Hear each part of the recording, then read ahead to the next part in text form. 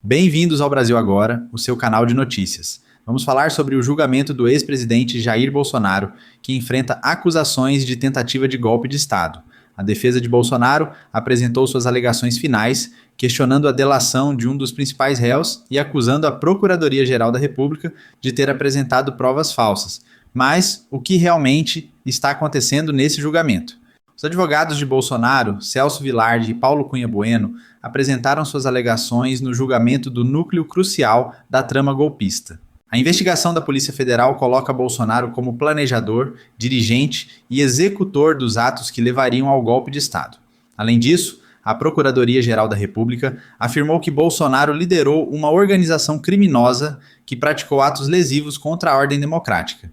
O advogado de Bolsonaro argumentou que o delator mentiu contra o presidente da República e que não há nenhuma prova de que Bolsonaro esteja envolvido nos atos violentos do 8 de janeiro. Veja a reportagem completa para saber mais sobre as alegações da defesa de Bolsonaro.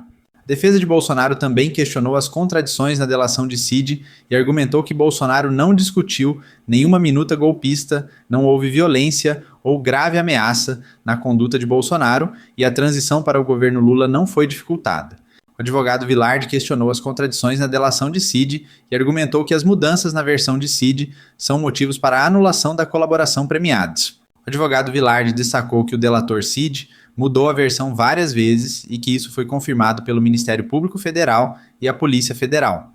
O advogado Vilardi argumentou que a delação de Cid não existe em nenhum lugar do mundo e que o que se propõe é reconhecer uma falsidade parcial da delação e diminuir a pena. O advogado Vilardi também argumentou que a defesa não teve acesso a provas utilizadas no processo e que não houve prazo suficiente para a atuação. Além disso, ele criticou a maneira como a PF disponibilizou as provas colhidas. A defesa de Bolsonaro argumentou que a informação de que havia uma minuta golpista prevendo a prisão de autoridades está apenas nas palavras do delator Cid e que a íntegra do texto nunca foi localizada pela investigação. A Procuradoria-Geral da República afirmou que Bolsonaro e militares discutiram um texto que previa a decretação de estado de sítio para impedir a posse de Lula. O advogado Paulo Bueno argumentou que estado de defesa e estado de sítio são atos protocolares previstos na Constituição e que Bolsonaro deveria ter seguido os procedimentos adequados. A defesa de Bolsonaro argumentou que o documento encontrado no celular do ex-presidente foi enviado por um advogado e não foi debatido. O advogado Vilardi questionou o enquadramento das condutas de Bolsonaro nos crimes de golpe de Estado e de tentativa de abolição do Estado Democrático de Direito. O advogado Vilardi argumentou que dizer que o crime de abolição do Estado Democrático de Direito começou numa live sem violência é subverter o próprio Código Penal. O advogado Vilardi argumentou que os atos de Bolsonaro foram apenas preparatórios e não a execução dos crimes imputados pela PGR. O advogado Paulo Bueno também seguiu a linha de argumentação de Vilardi. O advogado Bueno argumentou que os atos preparatórios só poderiam ser puníveis se o legislador assim o fizesse. O advogado de Bolsonaro argumentou que Bolsonaro realizou a transição para o governo Lula sem criar obstáculos. O advogado Vilardi argumentou que a prova de que Bolsonaro não tentou golpear é que os comandantes das Forças Armadas não estavam atendendo às ligações de José Múcio. A defesa de Bolsonaro argumentou que Bolsonaro pediu aos caminhoneiros que liberassem as estradas. A defesa de Bolsonaro argumentou que Bolsonaro não era mais responsável por nada após o dia 31 de dezembro de 2022.